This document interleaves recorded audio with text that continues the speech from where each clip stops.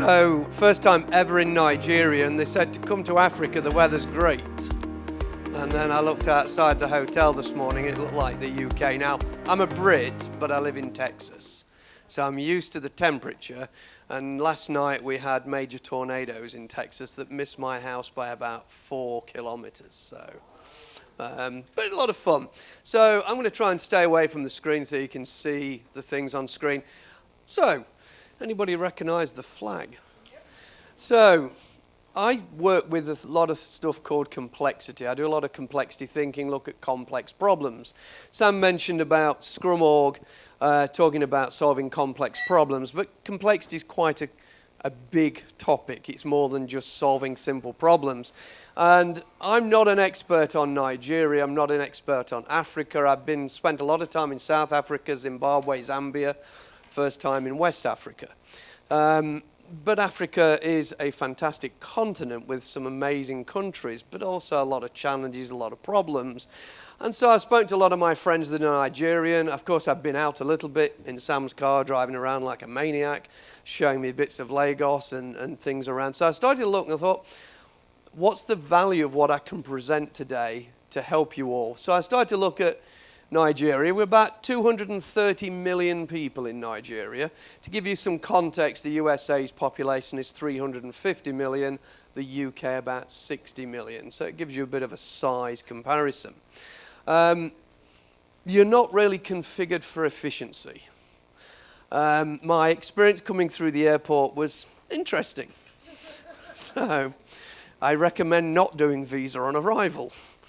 It's a thing. There's a huge wealth disparity as you go through different African nations. Nigeria is no different. There's a huge wealth disparity. The ultimate irony, we came here yesterday to check out the venue. There's, a $500,000 Rolls Royce parked outside. That's irony when you're in a country like Nigeria. There's very, very wealthy people and a lot of people who aren't. And so these are some of the complex challenges. And the other thing I of Africa, but especially here in Nigeria, and I saw it everywhere in the last couple of days, is amazing entrepreneurs. You have some people in the West, and you go to the UK or you go to America, people just sit and complain. In Nigeria, people actually go and do something. They actually go and make things happen. And I see that a lot. So, there's some of the things, but you have many challenges, and trying to solve them all with some big transformation in a country will never ever work. It's not the way to approach it. So I'm going to talk a little bit about continuous improvement today and see whether or not this will help. So, how do we maximize your growth opportunities? By eliminating waste, pointless process, waiting, queuing, whichever your preferred word is, making all efforts value creating, lowering costs, increasing throughput, so more stuff in the same amount of time, gaining income for you, improving your return on investment. For the customer, giving better service and potentially lowering costs. These are the sorts of things that as entrepreneurs we want to look for in the businesses that we create. So to help us do that, we need to learn to see waste. Waste is defined as non-value added activity. So, the Japanese have this great word down here, it's really tiny, but there's this great word in Japanese called muda, M-U-D-A, muda. You'll hear a lot of lean people talk about muda. But waste is anything that doesn't add value. It's non-value adding activity. Stuff that's pointless and needless. Like my passport having to go through 17 different people before they'd let me in to see Sam. I ain't making this up, I really am not. This is the Japanese, this muda word. It means senseless or meaningless, uselessness or futility. I'm sure there's lots of things in your daily life which you find useless and futile. This is what we call waste, non-value added activity. These are the way that the lean community defined them. Now, these come from manufacturing. A lot of what work I do is all in the digital economy, what they call knowledge work, administration, office-based work, not in the manufacturing sector, although I do that as well. I won't go through these, but it's easy to pick one of these like overproduction. Where does that, what's relevant there in the digital economy? Writing more lines of code than necessary, increasing the number of process steps you have to go through that's more than necessary, Overproduction as an example. So if we start to look at waste, these are some examples: bureaucracy, red tape, contracts that are just tiresome, onerous, there's no collaboration there between the customer and the supplier, all this legal and regulatory and compliance, and some interesting ways of getting things done I've seen in the last couple of days. Employees that aren't empowered, can't make decisions. So I'll give you a couple of examples of waste. This is Puerto Rico, fantastic place to visit, fantastic cocktails, some of the best cocktails in the world, genuinely. It's famous for them. So we've got some people here lining up. These are the people serving the customers, and they're all lining up for that lady who's handling the cash. Like Nigeria, Puerto Rico is a very cash-driven society. A lot of people still use cash. But they don't trust the people serving the customers, so they all have to go to the lady who's dealing with the money. Now, I don't know if I put but if you look carefully above this lady's head, you'll see there's a camera. They don't even trust her. This is an example of waste, crap process, because we don't trust the people, we don't empower the people, we think they're all out to steal from us. So all these people are lining up while there's dozens of people waiting to get served, and people are leaving the bar to go to another bar because they can't get served quickly enough. That's how you lose custom. Same bar, different night. Problem here, they've only got one credit card machine. Now, I learned in South Africa, never give your credit card to somebody to take away and process the payment. My Amex card got scammed like that. So you want the machine in front of you when you're swiping the card, like they do in the restaurants here. But in this bar, one machine. So everybody's standing waiting. It's my friend's credit card. Standing waiting to pay the bill. This is another example of waste. Okay, let's speed this up. Here's Nigel working on the production line. There's a bit of sound, I think, on here. This is me working on the production line. It's actually turned down quite low, the sound. Don't worry, it's not meant to be loud. A couple of years ago, I went into this factory to learn the problems they had, and the best way to learn the problems is actually go do the work. Don't just watch people doing the work, go do the work. This is the concept of going to Gemba. So in the process of doing this work and being trained how to do this, to understand what was happening, all this corn here is corn that's already been processed, but is coming back to be processed again because they're running the production line too quickly. Because whoever told you to work slower, they always tell you to work faster. But here, as we worked faster and faster, further down the production line, they couldn't pack the corn fast enough. So as they're starting to pack the boxes, they're getting stuck in the machine that puts the tape on. So they're having to pull the boxes off, reopen them, and put the corn back on the line to be reprocessed. This is called rework. This is one of the things you find. It's like when you write software and you go to test it and there's a whole bunch of defects and issues and bugs and it has to be come back and reworked because we're under so much pressure to get the software written, we weren't allowed to spend the time debugging it effectively. Now, I got them to slow the line down because I had some authority. I asked the production manager to slow the line down. This line did typically 1,800 cartons of corn, big boxes of corn per day. The day we slowed the line down, we produced 2,300 boxes of corn just by slowing the process down. So these are the type of things you learn to see waste. I then put the management on the production line. Well, actually, I made them stand there in these circles. They're called Ono circles, after Taiichi Ono created the Toyota production system. And I said to the leaders, stand in these circles and just watch and observe. Because they'd never done that. The chief financial officer, one of the managing partners, I said, watch what's happening and see what you note. And then I stopped the production line and had them go talk to the people. Because this is how you learn, by talking to the people that do the work. This sort of thing very rarely happens, by the way. Big boss status is important in Nigeria. I've noticed that. I'm the big boss. You're not. Okay? So, but the only way you're going to learn is if the big boss talks to the people who is not the big boss, because they understand the problems on the line. Okay, let's go a bit further. Capacity. What's the cost of your capacity? How much capacity are you wasting getting the work done? Because capacity equals money you're spending. Now, you may be meeting the deadlines, but at what cost? How do you reduce the cost of the capacity so you can be more innovative, you can have more time to experiment, be more creative?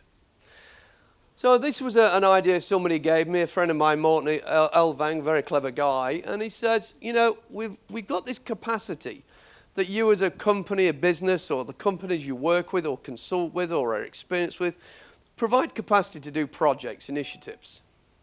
But then what happens over time, we meet resistance, bureaucracy, red tape, people who want to be involved because they want to find a way to be important or valuable in the process. And this resistance is variable. This is a power transmission line. And I notice you have a lot of diesel, a lot of generators in Nigeria. It reminds me of being in South Africa with all the, what they call it there, they call it load shedding in South Africa, where they turn the power off in different places to keep enough capacity running. So we've got this variable resistance depending on how bad the process is. And what happens is your usable capacity is significantly less than the capacity you started with. So typically half your human capacity is translated into work that's actually valuable. The rest of it's wasted on just following bad process. And the problem is if you automate the bad process with robotic process automation, Selenium, you know, Python and stuff, all you're doing is automating the waste. So don't take a bad process and then automate it, because it's still a bad process. AI, we'll talk about AI in one of the panels later on. There's a free video I made that talks about all the different AI concepts. You'll get access to that through that QR code I gave you at the beginning. But how could you leverage AI to find and identify where in your processes you've got waste? How can you use AI to serve you? We don't want to be serving AI. That's Skynet and lots of horrible things of that nature, you know, Terminator and stuff. But how can we leverage the new technology to make us work faster?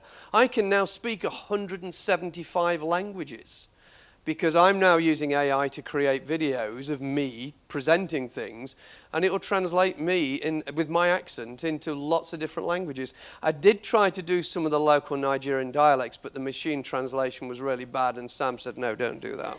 So it was really bad. So how many equivalent teams would a 20% increase in time give you? If you could eliminate 20% of the waste, how many more equivalent teams or people to do work, innovation, creativity, get more stuff done would that give you for free? Cost you nothing, just eliminate the waste in the process. But if you can't see it, you don't know what you need to fix. So you need to learn to be able to see the waste. So here's a value stream here. You know, there's somebody's made a request. We want some new work. Now, if you're software developers, you know, you might be using Scrum. Not bad. We'll talk about Scrum in a bit.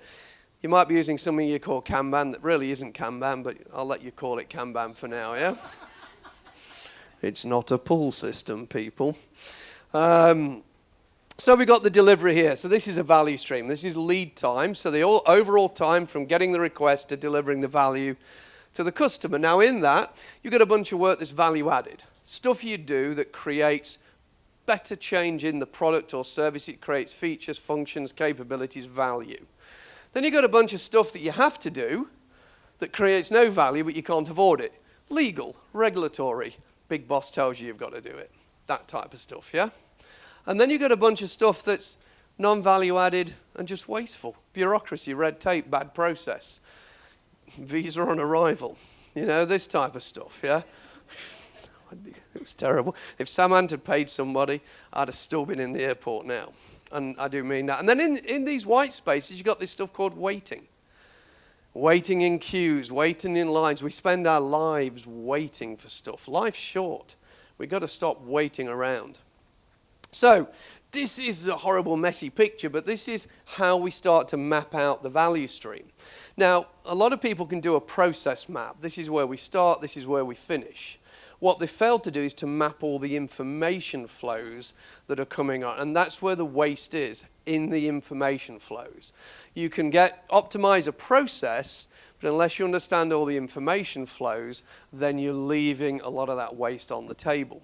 So we need to start to look at the information flows. The other thing you'll find is a lot of the waste is between the process steps. It's all right looking at the people or the person doing the work, the process step, and making them work harder and faster, because of course they're lazy people and they just need to work faster. Yeah?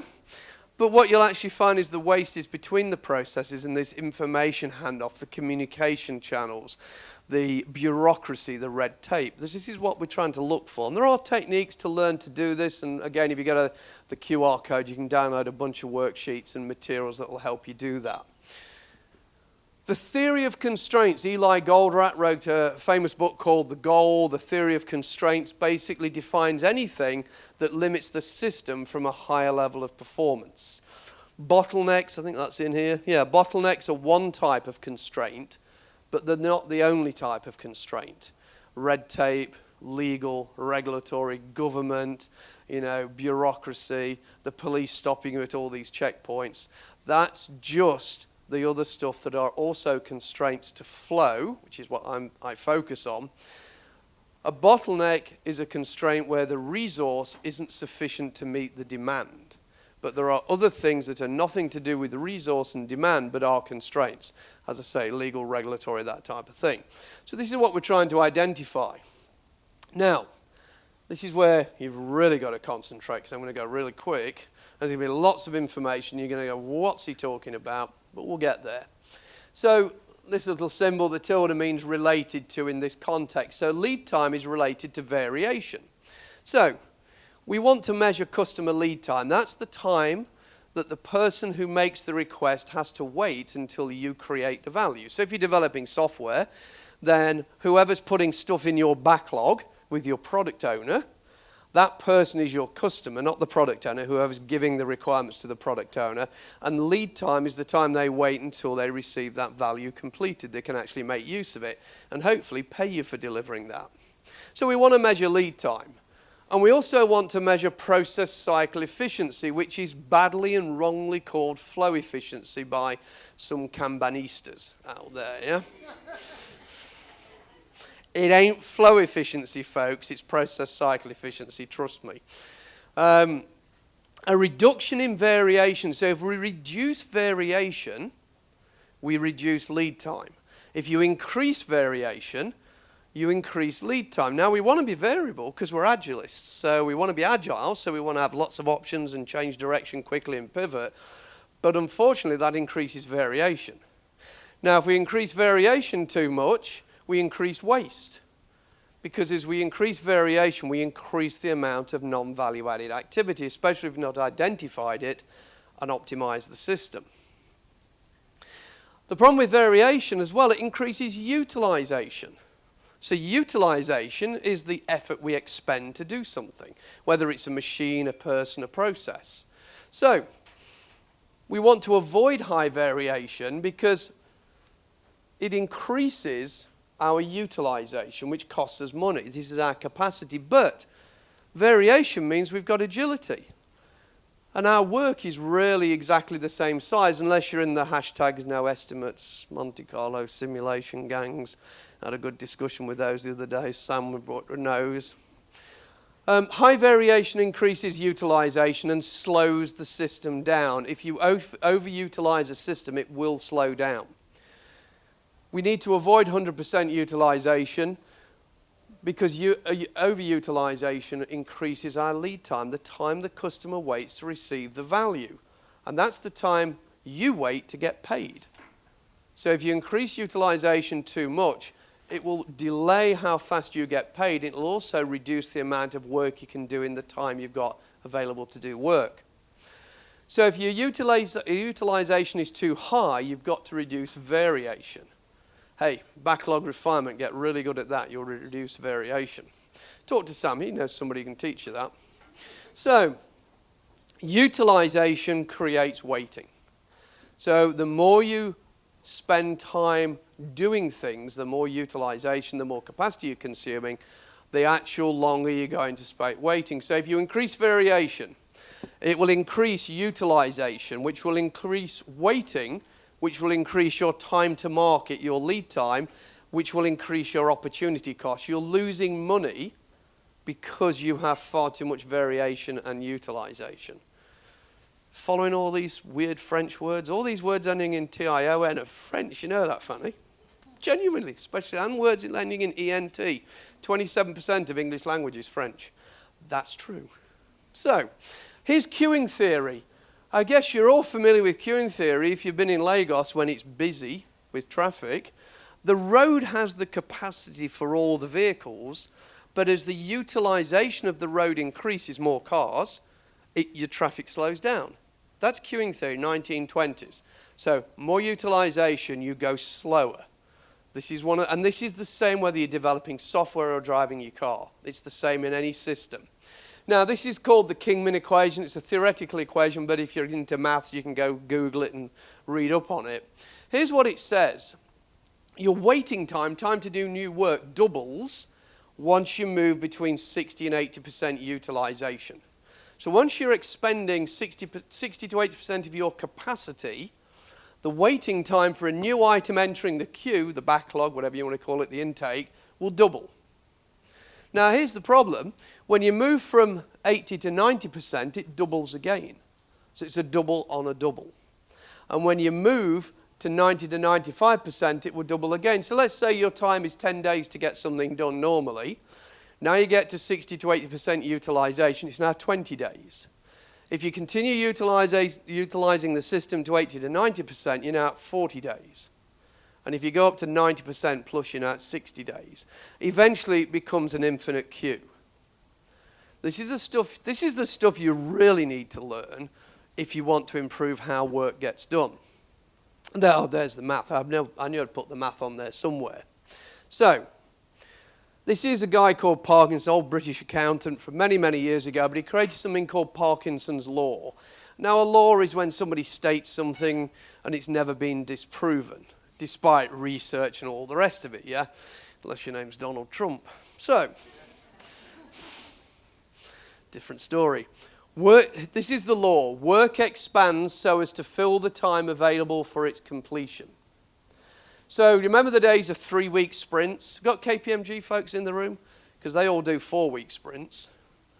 It's a thing. Sorry, Sam, it's true.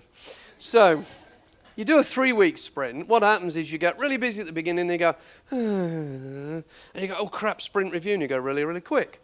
There's this big chunk in the middle, you just slow right down. Because work will take as long as you give to do the work. That's what Parkinson's law is describing here. And the demand upon a resource tends to expand to match the supply of the resource. So, balancing capacity reduces waste. You might hear a term called right sizing. I was having a conversation with some PSTs about this the other day, and they use the term right sizing. That's meaning that teams and people who do work are balanced so there's continuous flow of work. That's what Kanban folks are trying to do. They're trying to allocate work so there's a continuous flow of work, no peaks, no troughs. So we've got no people sitting around waiting and no people overutilized. So this is a technique in Lean called hijunka, which means leveling the workflow. So if we can balance the workflow using these industrial sort of terminology, we can actually increase flow, rather than having a lot of people doing development and one poor soul doing testing. Developers should be doing testing, by the way. If developers aren't testing, they're bad, evil, they'll burn in hell. So, let's talk about how we improve. How are we doing for time? All right. Let's talk about how we improve. This Japanese word, kaizen. Anybody heard of kaizen? Good. I like this person down here. This is what it means. It literally translates to change good, because the Japanese read right to left, not left to right. So, good change. That's what it translates to. But what it actually means when I talk to my translators, make something new, find a new approach. Don't just keep doing the same thing over and over again and expecting a different result. That's that, pretend definition of madness. But that's the problem when you use RPA or other technology to automate the process. If you don't fix the bad process, you just get faster at being bad. So you want to avoid this. So keep questioning your assumptions while always searching for a new approach to solve a problem. So Sam opened this by talking about solving complex problems, or at least problem solving. This is the art of problem solving, continuous improvement. So my friend Ritsuo Shingo, he passed away about a year ago, but he was an ex-Toyota guy. He said, Nigel, there's a difference between practice and improvement. Practice makes perfect. You know that phrase, yeah?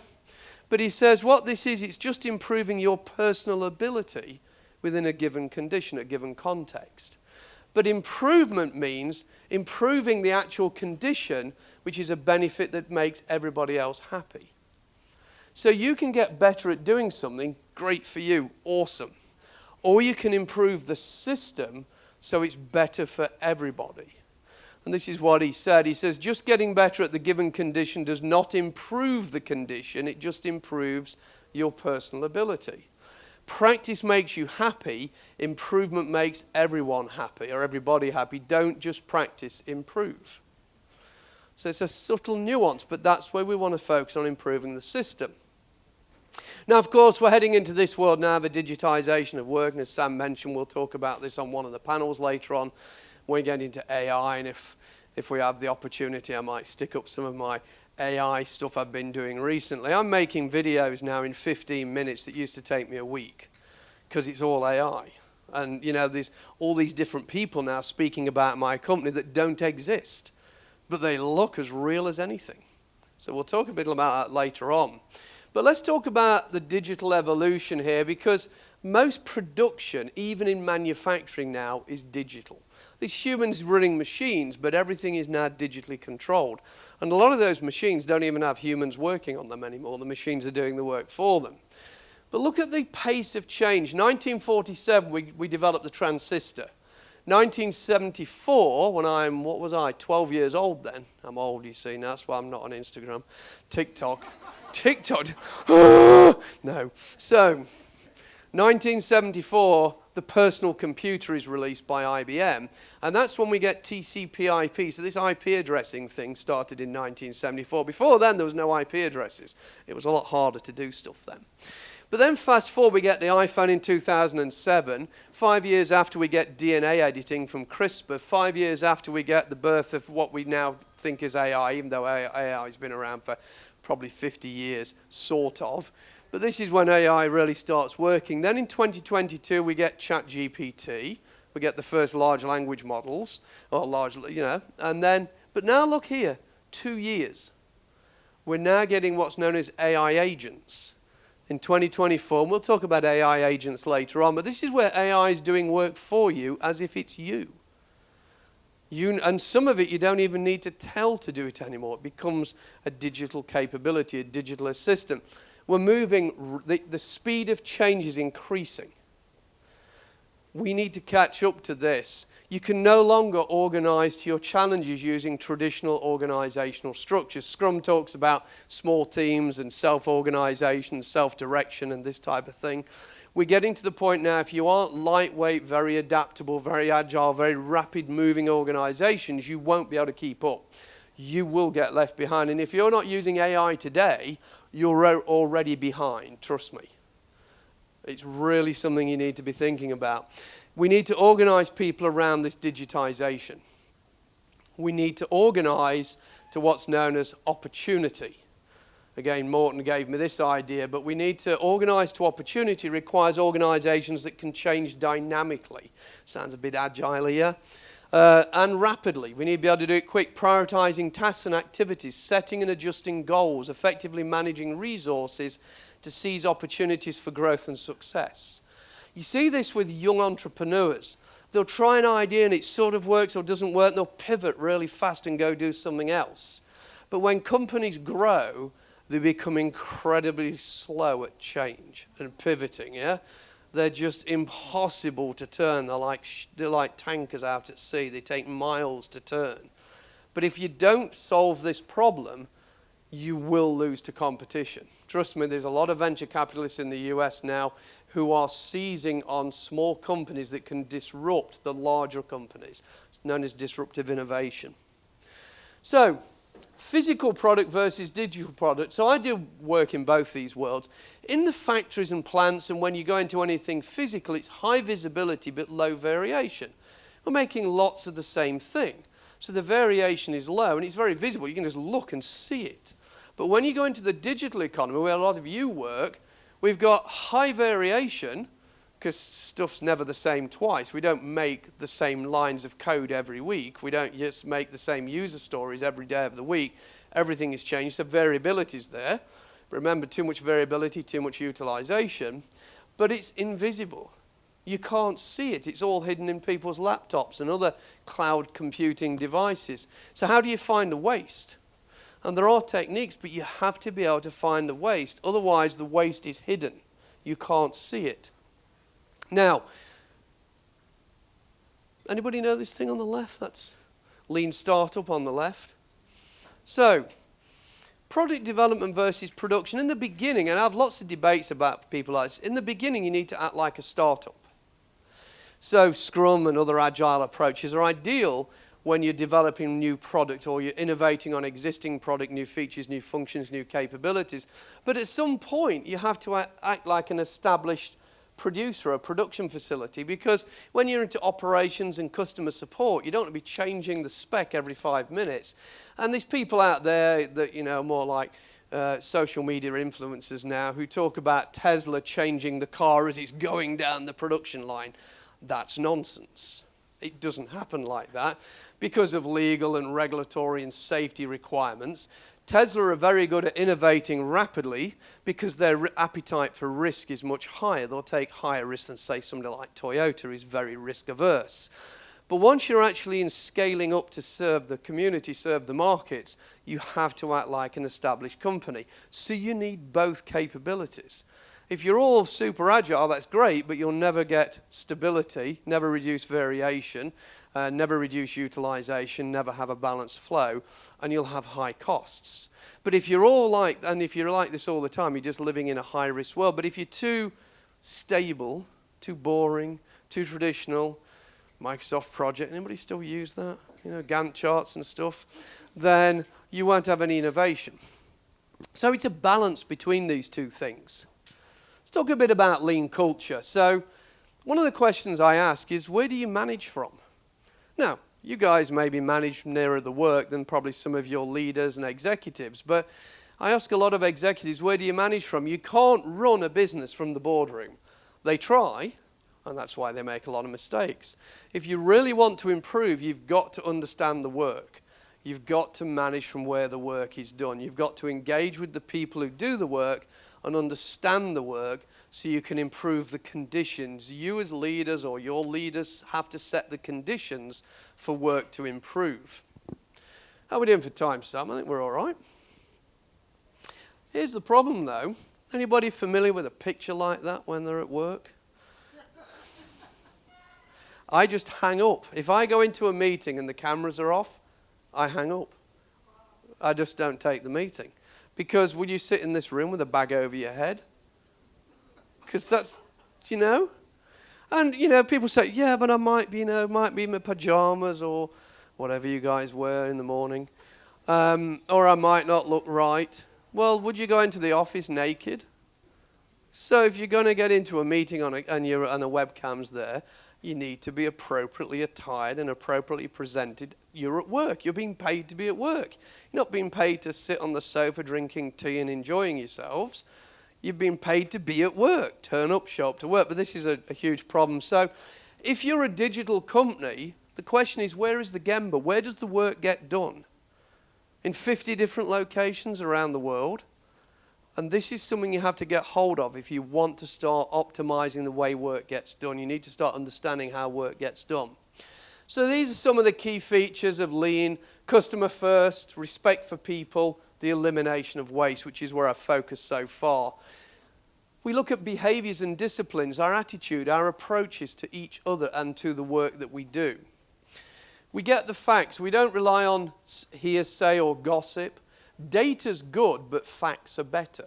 The difference between facts and data is synthesized.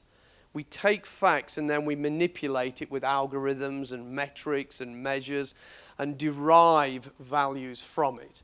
It's what most meetings are. You spend all this time, making the status look green on the reports, yeah?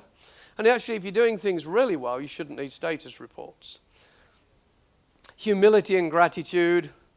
Standard work, I'll look at that in a minute, but standard work is how you balance the flow. This is how you get things working in a way that's sustainable. We identify the steps, we make sure it's repeatable, we make sure the work we're doing is effective.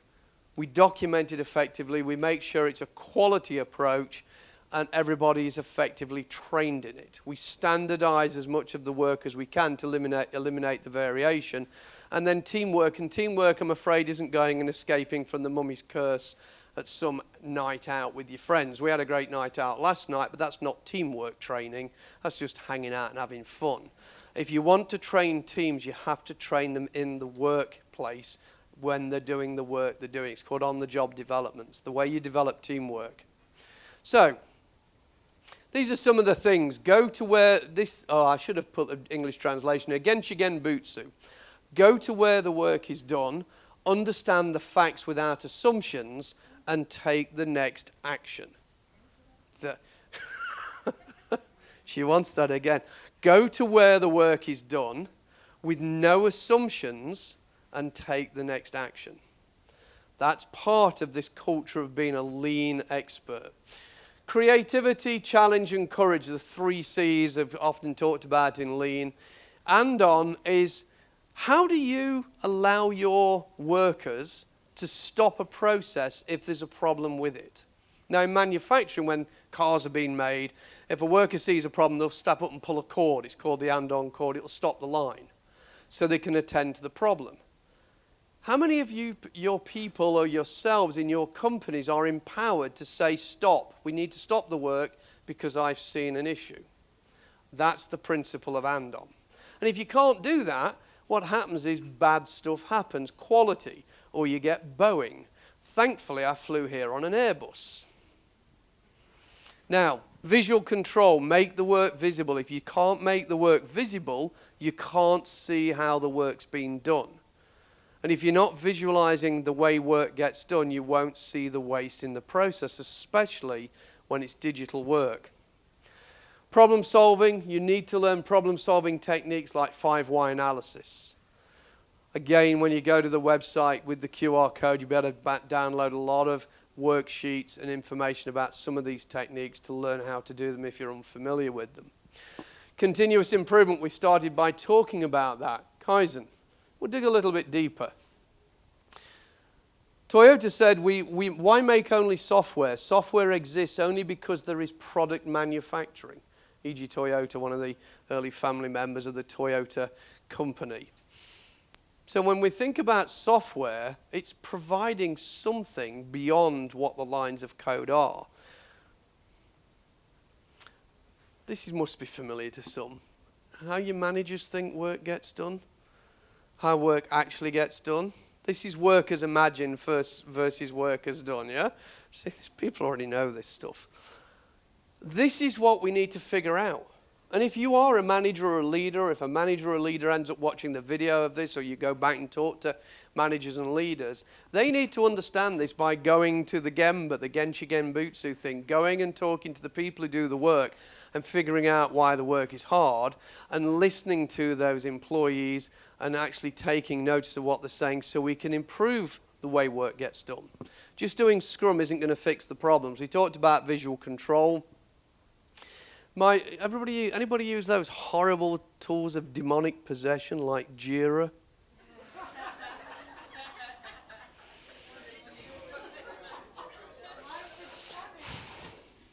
So, the visual workplace answers 2 questions. My boss taught me this a long time ago at Toyota. What do I need to do my work? What do I need to know to do my work? So as a worker, I need to know the information I need to be able to effectively deliver work. So if you're a Scrumster or a Kanbanista, you need the work in the backlog properly refined, properly prioritized, and you've made a plan of what you're going to do in whatever you call it, an iteration, a sprint, a period of time. Even Kanban folks, even though it's continuous flow, should still have short-term goals, what we call proximal goals. What are we trying to achieve in a given period of time? And then what do I need to share externally about my work so other people can see the value we're producing? The rest of it is just eye candy. It's a load of nonsense. And as I started off at the beginning, I said measure time to market, how long stuff takes to get done, measure process cycle efficiency, which is the correct definition of flow efficiency. If you get those 2 things right, the rest will take care of itself. You only need 2 metrics. Those 2 things. Everything else is unnecessary. Make work visible. A team, whether you're using velocity, anybody using velocity? Points, velocity, capacity. It's just a measure of capacity, folks. People get really, hashtag no estimates, people get really hung up on all this stuff. It's just, I have another slide on this, but if you're using cycle time, which is wrong anyway if you're doing complex work, you shouldn't be using cycle time, it's the wrong measure. Because cycle time's for making lots of the same thing. If you're not making lots of the same thing, cycle time is useless. But let's say something takes 3 hours, something else takes 5 hours, something else takes 9 hours. So it took 3 points, 5 points, 9 points. There's no difference. It's an input of capacity. We can have that conversation in depth. But look, out of your capacity, if you've got 100% capacity, it's not all being used to do new work. You've got running the business, keeping the lights on. You've got technical debt. You've got defects. You've got improvements. You've got interruptions. And the boss is, can you just do this? Can I just ask you to have a look at this for me? Tell me I got less than 15 minutes. I told Sam last night I'd never read those cards anyway. It's Africa. We'll do what we like. So, you need a way to measure where time goes. Where is your capacity going?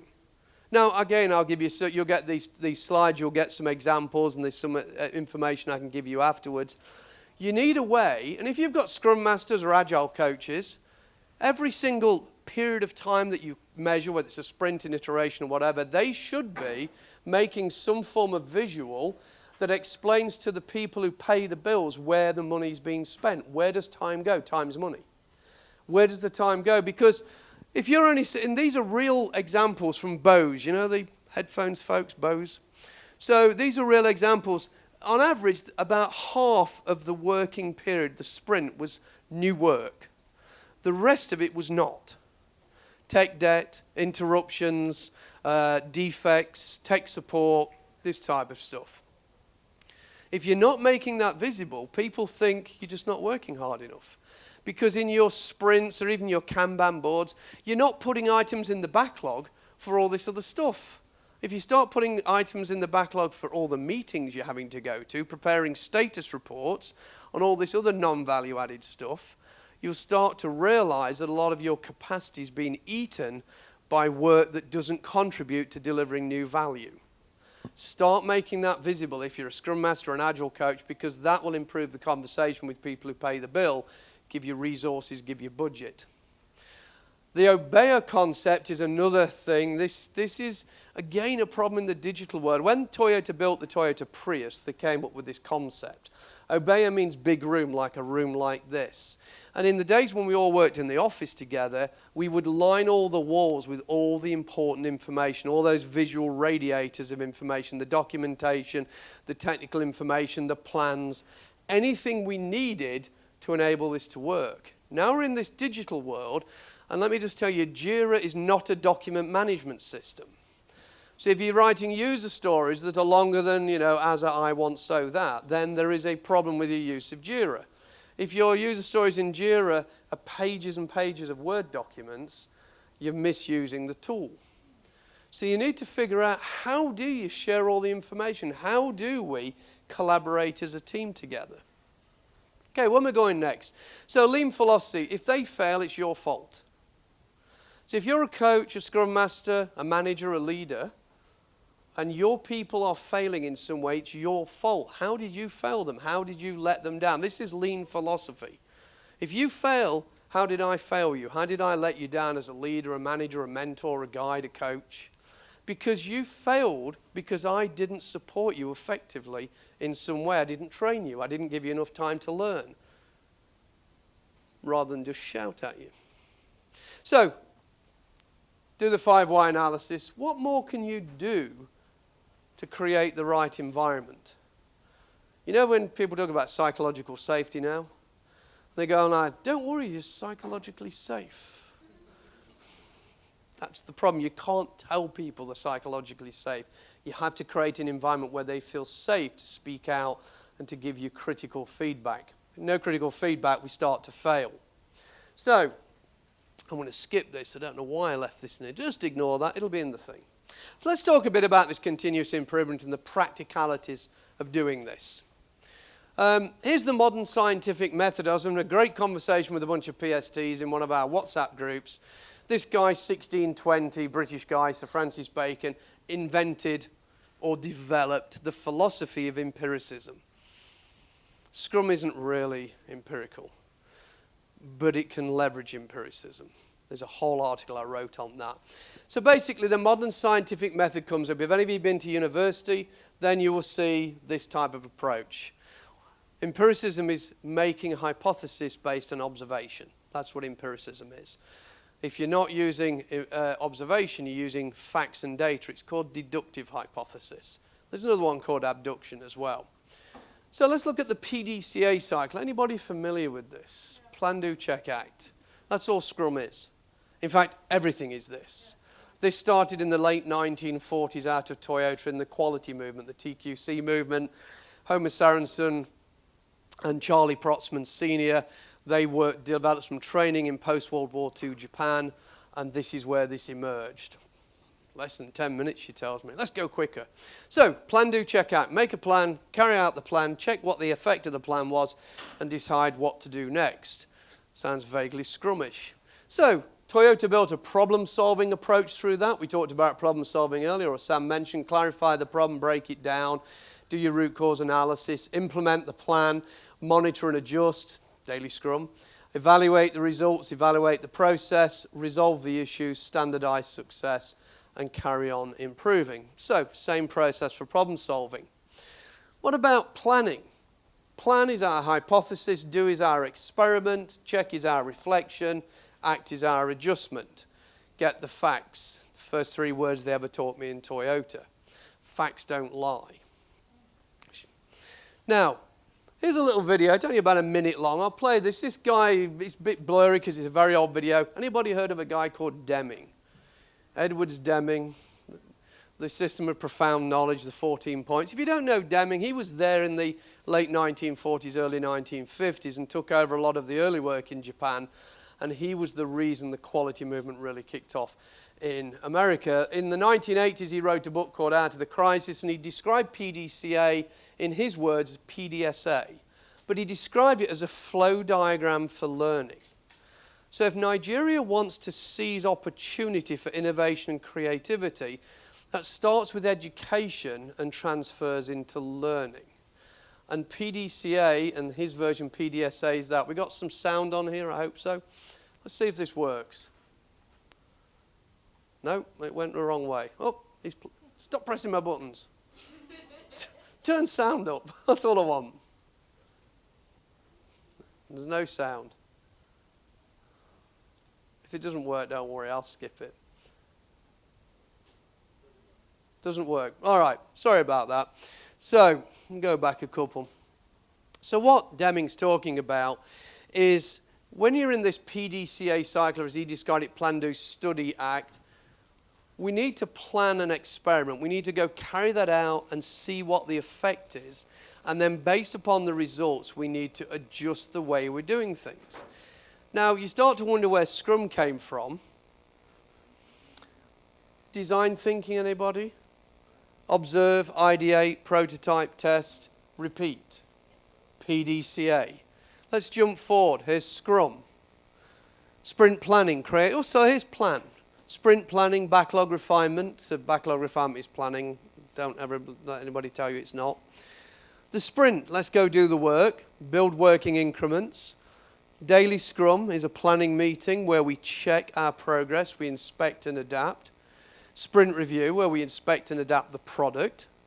And then our act is our retrospective, where we inspect and adapt the process. It's just a PDCA cycle with some other bits built in. Here is how Lean talks about things. Set the direction, true north, get the direction or challenge. Then understand where you are now.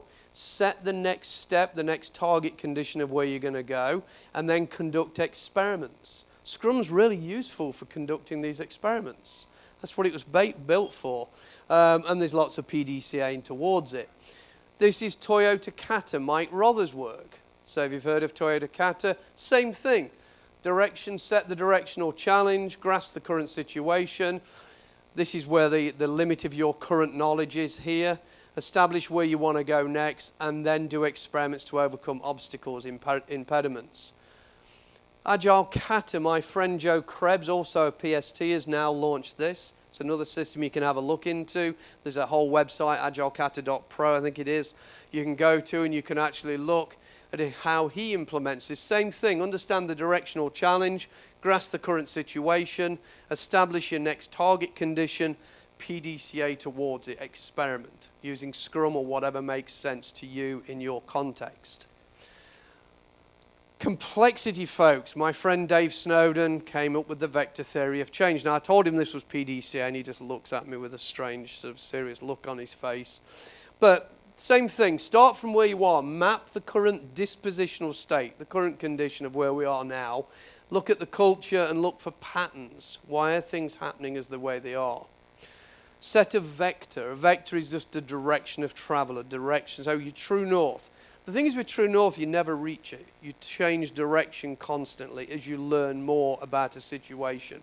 That's why long-term planning doesn't work. Strategy, good. Making a plan for 5 years, bad. Strategy for 5 years, good. Plan for 5 years, bad. You need to be able to change the plan. Then, design interventions, nudges. How do we nudge the system?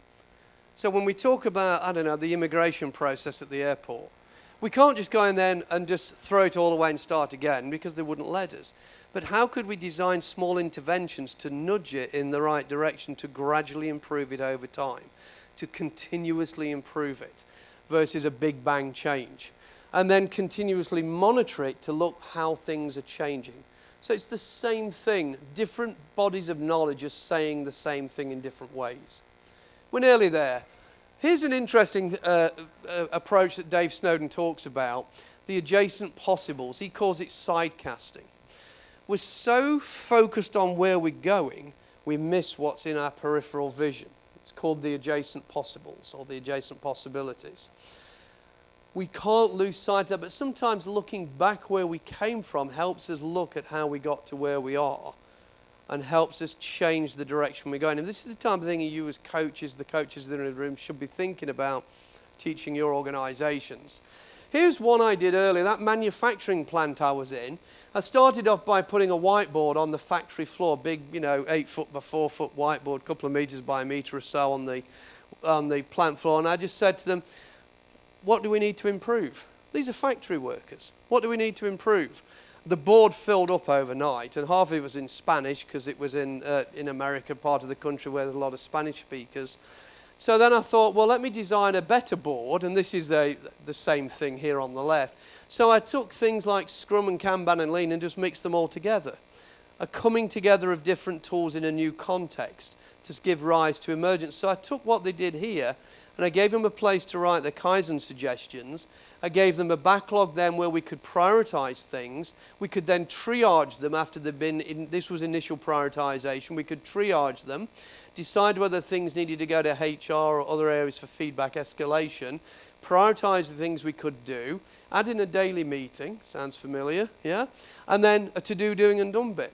So I took a bunch of different ideas and just shoved them all together in a manufacturing facility to implement Kaizen and improvement there. And to give people a voice. People who would not normally have a voice now had psychological safety to put things on the board anonymously that we should look at. This was the done board. This was taken in November 2023. What we did, we put another board near the break room where they went for breaks and to eat their lunch, where we actually put all the post-it notes that they'd written out to prove that the work had been done. So they realized management was listening to them. The changes had actually happened. This is how you empower a workforce. This is how you create psychological safety. So this whole PDCA thing is just the scientific method. That's what Scrum gives you. That's what all these other implementations of the same thing, different words, gives you. But you must continuously experiment, try out all the different tools and techniques. Now, this is where my work comes in. I won't bore you with this too much. You can look at this. There's lots of resources online, and they're all free. We don't charge for a lot of the resources that are out there. But my work says there's no one size fits all. And even with Scrum and some of the Scrum, looking at Fanny now, some of the Scrum purists be like, no, he's wrong. But we take all the methods apart, we decompose them, and then we recombine them in different unique ways. And what determines that is context. Your context in this room across, and when you speak to each other, network with people today, you'll realize your context is very different. Even though you're all using the same methods, your context may be different. And if the method doesn't work, stop using it. Or use the bit that works and then use something else that works alongside it. That's basically the work of the flow system. You can look at this in more detail. Now, I want to skip through there. Oh yeah, you know this? OKRs. Oh. So, with lean thinking, I don't know, I'm nearly out of time. I'm going to go about 2 minutes over. So, how do you measure the current condition? If you don't know how to measure the current condition, you can't set a target. If you can't set a target, you can't measure the gap. And if you can't measure the gap, you can't improve. This is basic thinking. Now, measure what matters. I talked about lead time, process cycle efficiency. These are the things to measure. Figure out a unit of capacity. How do you measure your capacity? Is it velocity? Is it something else? You need to be able to measure your capacity. I'm nearly done, promise. She's waving time up at me. Look at your throughput. You've got to understand the throughput. How much work can you get done in a given amount of time? That's throughput. Process cycle efficiency, one relates to the other. If you improve your throughput, your process cycle efficiency is improving. If you improve your process cycle efficiency, your throughput will go up. If you improve your throughput, you're getting more work done in the same amount of time at the same cost. You're not increasing costs. You've got to figure out how to measure your work. What is your unit of capacity? Now, I told you earlier on, people hate using points now, so they start using cycle time. It's the same thing. It's just a unit of measure. I had this debate with folks the other day. So let's look. Where are we now? If we know how big something is, and we know the capacity of the team, we know how long it will take. So if you don't have a measure for capacity, you can't figure out how long things will take. And you can use probabilistic forecasting, Monte Carlo simulations, but if you know how big something is, because you're having to tell Monte Carlo how big the thing is, you already can do this math without all those complex calculations.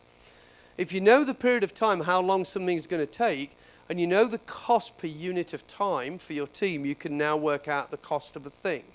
New epic, new feature. How much is this going to cost you? So, oh, why is this in here? This will kill the video editors. Sorry about that. Let's get rid of that. Now, anybody been to a theme park? Queued for a roller coaster? So in America, Disney charged $200 a day for going to the theme park. You spend most of your time waiting. If you spend paying to wait, 90 minutes in the line, 90 seconds on the ride, 1.64% process cycle, that's flow efficiency, 1.64% efficient. You need to figure out how to eliminate the non-value added activity which is killing your performance. Why is this in here? I say I'll put more material in, that's where I want to go. There's where I want to be, because they keep waving time up at me. I was trying to give you more information. So I looked at the Nigerian flag and I started to think, how can we improve things here? And I didn't know this, but the Nigerian flag's colours have a meaning. Are you all aware of this? The flag was raised on Independence Day when you kicked the Brits out. Okay. The green colour represents the country's wealth and rich natural resources. The white section of the flag represents peace and unity. But the point is this, if you really want to improve, if you can improve as individuals, if you can improve as entrepreneurs, if you can help your organizations improve, Nigeria will improve. It's not about a big bang transformation. It's about continuous incremental improvement. And if you do that, I think gradually the country will improve. And next time I come, I'll get through immigration a lot faster. Thank you very much. I've got to say it's been an absolutely phenomenal event. I'd recommend any of my colleagues who are looking to speak at events to try and come to next year's Scrum Day Nigeria. If that happens, I will certainly come if I'm re-invited. The value here has been immense. Just talking to the participants, talking to the attendees was absolutely fantastic. So I really am pleased I got invited here.